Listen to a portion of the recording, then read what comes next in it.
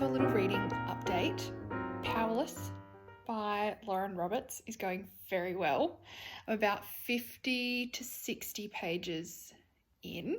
The first chapter is told from Payton's perspective, and it was a lot of information, a lot of like a blurt in the first chapter, a lot of world building happening, and also learning about her as a character, which it felt a little bit overwhelming. But then by the time you get to the second chapter, which is by Kai, the perspective of Kai, Prince Kai, you already feel connected to Payton, which I really, really like. So I've just gotten to the point where they have met. This was very interesting. You learn, like it's on the back cover, that she saves him. It's interesting how she does do that because she herself is an ordinary, which means she doesn't have any power, and he is obviously the prince and he has immense power, which had just been blocked by someone, not her but someone else. So it's going to lead down a very interesting path. I'm going to make some lunch and then keep reading.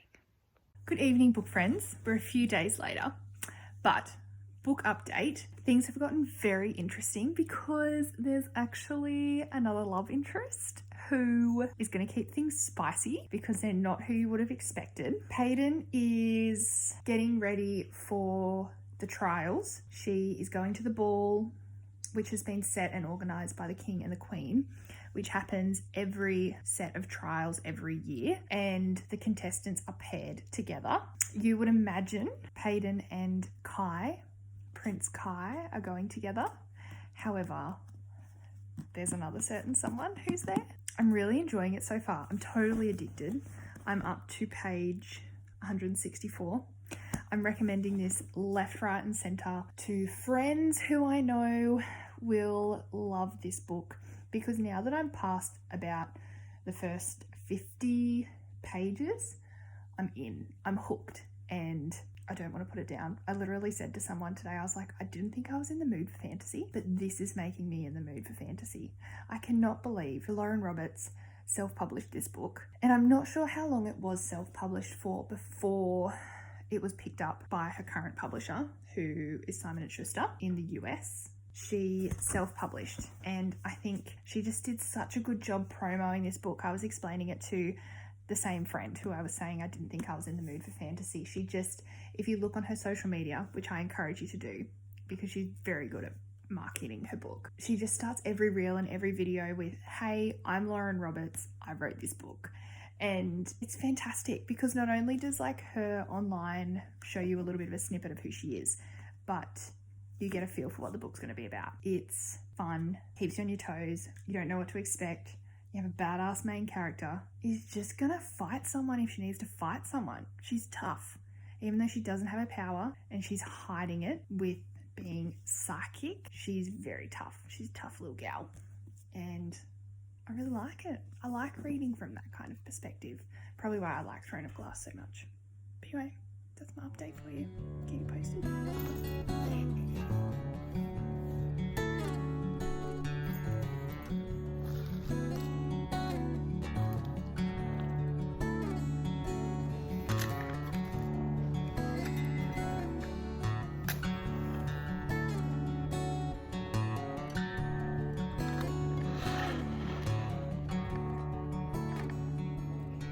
Hello book friends, it is 5 o'clock on a Wednesday and I'm just about to jump in the shower, cook some dinner, have a nice relax and read some more of this bad boy. I cannot wait, it's getting good. Good morning book friends, it is early morning on Good Friday and Peach and I have just gotten out of bed and made a cup of coffee. She's had her breakfast. I wanted to give you a quick check-in update because I am so close to the end. And I know I haven't been giving updates throughout because I didn't want this to be too much of a spoiler. I will certainly give you a full recap when we're finished, but holy moly, I have not been able to put this book down, and I just know in my book soul that this book is going to put me in a slump because I'm loving the characters. It's such a mixture of the Hunger Games, Throne of Glass. We've got a princess who's not a princess, and we've got princes who we just know that they can't be together. But there's so much tension, so much angst.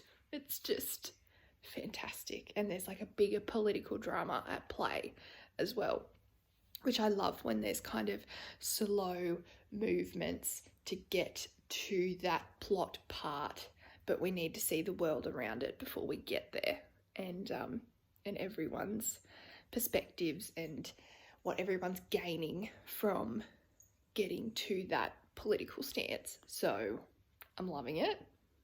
I can't believe this is her first novel. And yeah, keep you posted.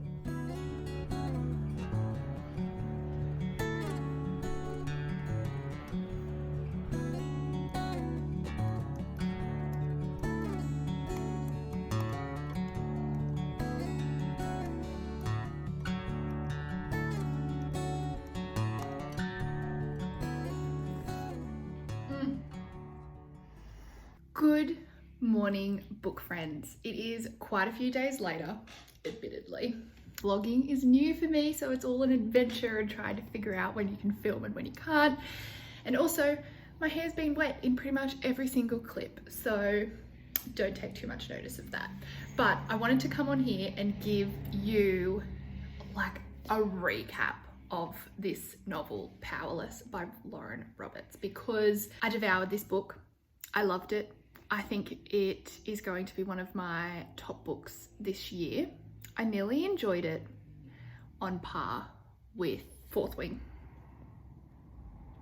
Not gonna lie. But I'm so keen for the second book to come out. I think there is a novella out at the moment, which is, I want to say, Adina, who's Payton's friend. Her story is out, which I think would be really, really nice. So I'm going to try and read that on my Kindle. But, Melissa, recap. So let me give you a little bit of a rundown of what this book's actually about. So Payton is an ordinary hiding in plain sight.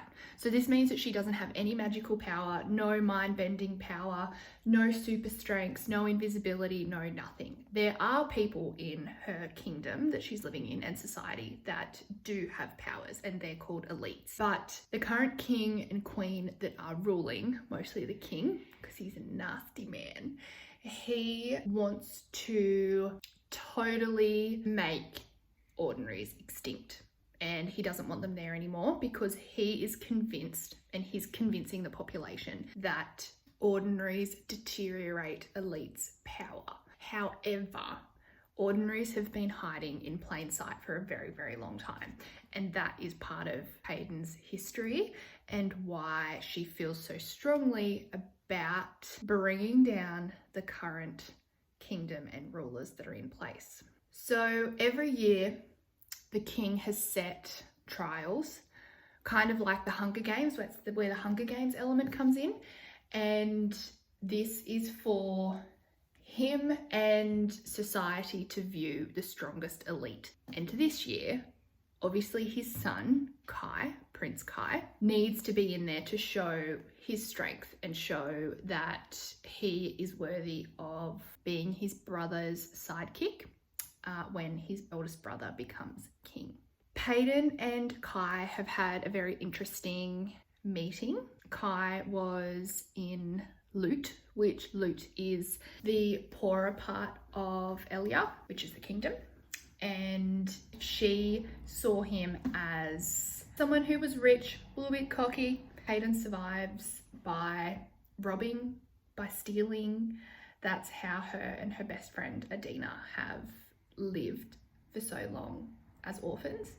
And she sees him as a profitable margin for her to steal from.